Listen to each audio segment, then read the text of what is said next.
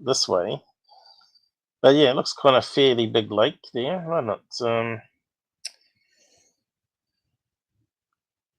I suppose there's a lot of roads around the outside and buildings. Here we go. Holiday places or actual buildings, I don't know. Fishing docks, maybe. The sighting occurred Saturday, May the 20th, 1967, in an area near Falcon Lake, Manitoba, Canada, approximately 75 kilometers north of the American border in the rocky edge of the Great Canadian Shield. Stefan Michalak was an amateur geologist and had worked the area many times. In his pursuit in finding silver deposits, he traveled from his home in Winnipeg to Falcon Lake to try his luck. Around 12:15 p.m. while working, Michalak was startled by the cackling of some geese, who were obviously disturbed by something. He looked up and was surprised to see two cigar-shaped objects with bumps. The objects, now clearly are disc-shaped objects, descend together from the certain angle of 15 degrees-20 degrees above the horizon. One stopped 10-12 feet above the ground. The other continued downward and landed on the flat top of a rock outcropping 160 feet from him. Okay, so a couple interesting points made there, which we'll find out eventually. But looks to me like he's a metal hunter, silver, gold probably, some sort of miner. And the stuff that was found on the lake that was mounted was meant to be a rare type of silver. So is that a connection there that he may have had something to do with that finding later on, claiming that it was dropped from the UFO? Also, what was else there was mentioned? Some key points. Talks about right, the cigar UFOs. He said the cigar UFOs, did it say turned into UFO sources? Turned into a craft like these ones here? Or did they come from the cigar UFOs? Not sure how that reads there. He, opening on the UFO, injected some, where is it now? Exhaust, he said here. Right. And it burnt his upper abdomen and set his shirt and undershirt afire. So the undershirt is what we call a vest, right? Right. Which is like one of those white things without the sleeves, of course. He tore off the shirts and threw them to the ground, stamping out the fire. Now, at that stage, he doesn't talk about turning. He's talking about his abdomen and the front of him got burnt, right? It doesn't talk about turning around. So this is important information here of the story compared to what we see on the evidence, which I'll go over in a minute. So we'll just carry on reading. Are we seeing any holes in the story? Is what we're looking for, right? Is that the right chunk? Yep, looks like it might be right. When the craft had left, Michalak noticed a strong smell of burning electrical circuits mixed with the original smell of sulfur. He walked over to where he had left his belongings and saw that the needle on his compass was spinning erratically. He went back over to the landing site and immediately felt nauseous and a surge of pain from a headache. He reached the highway and requested help from a constable of the Royal Canadian Mounted Police, RCMP, who was driving by. The constable refused to help. He also failed to get help at the park headquarters and went back to his motel where he stayed the night before. After several hours, he took a bus to Winnipeg. While waiting for the bus, he telephoned the Winnipeg Tribune to request assistance, asking, at the same time, he said, that they give his experience no publicity.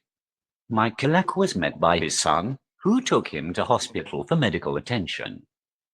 The burns on his abdomen were diagnosed as superficial and returned home.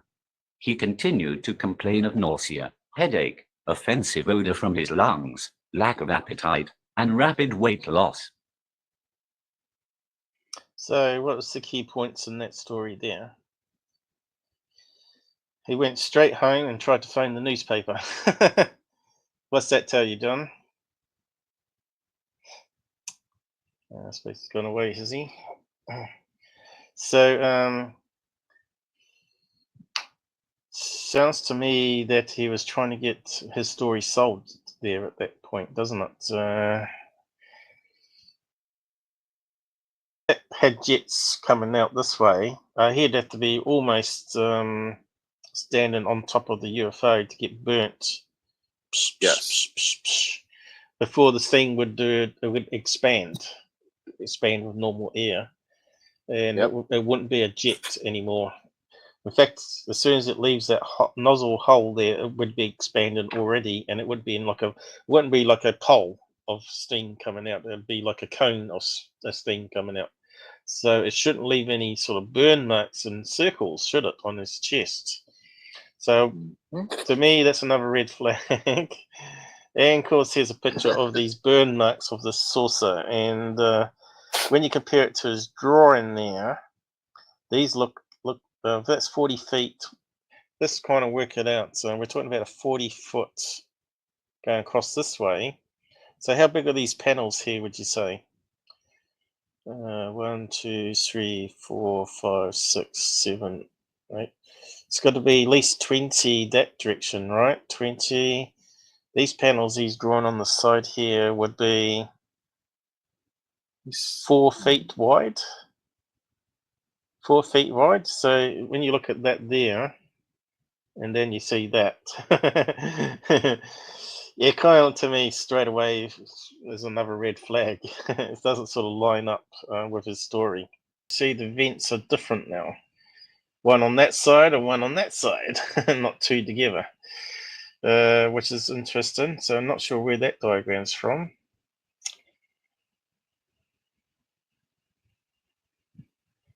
Looks like some variations in the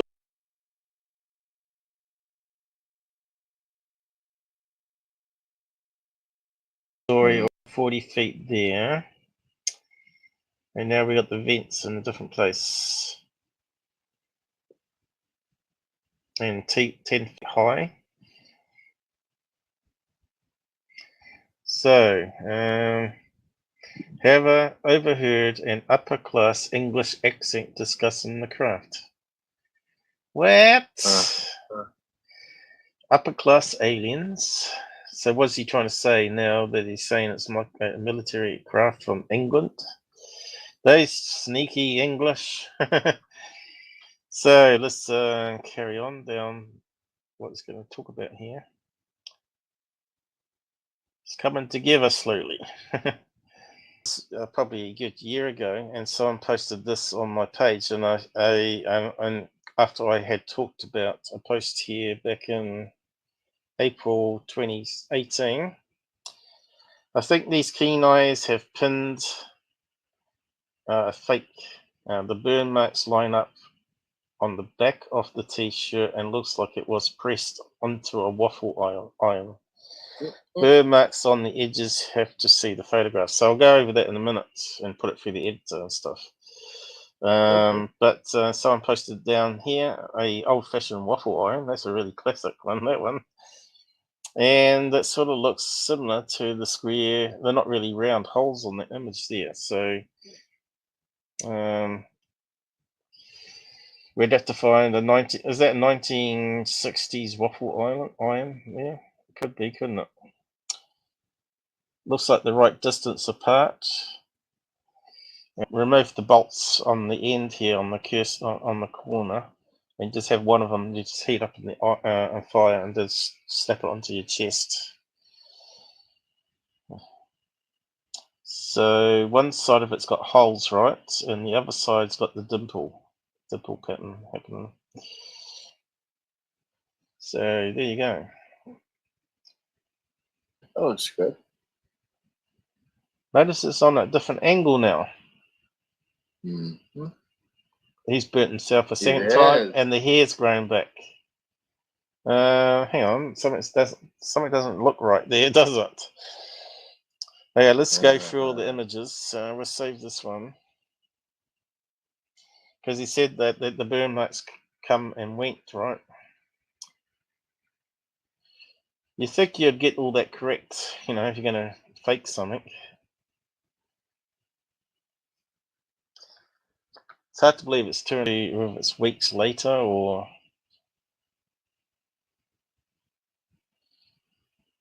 obviously he's got different clothing on here and he's not in bed, so negation.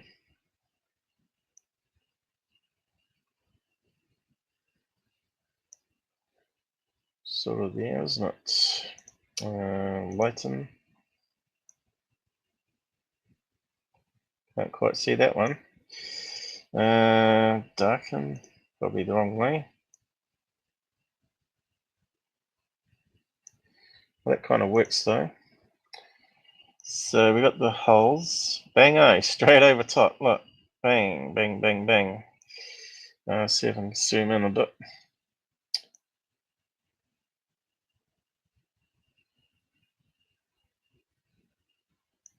Burn mark, burn mark, burn mark. Probably the angle's slightly going out there. Needs to be rotated just a wee bit. It sort of changes the shape a wee bit, unfortunately.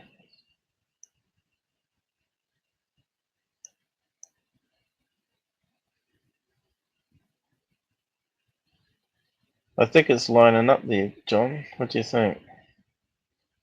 Give or take a slight flexibility in the skin. So there's a burn mark there, burn mark there, burn mark there.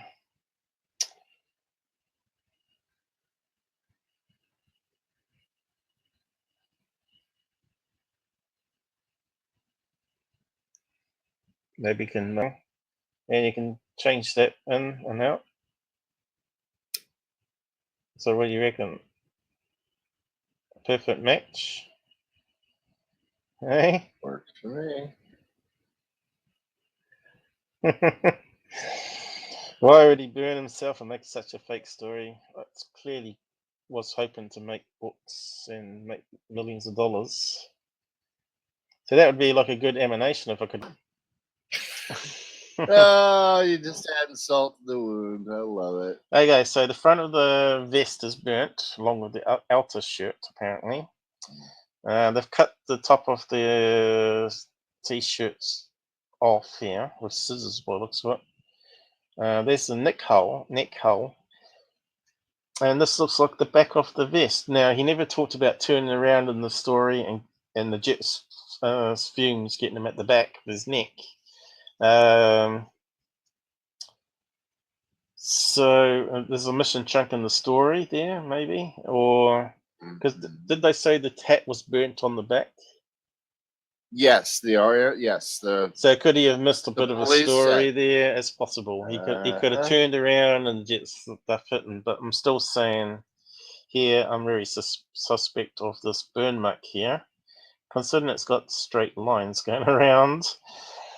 Which means you've pressed it into something, right? So copy, placed into a new image.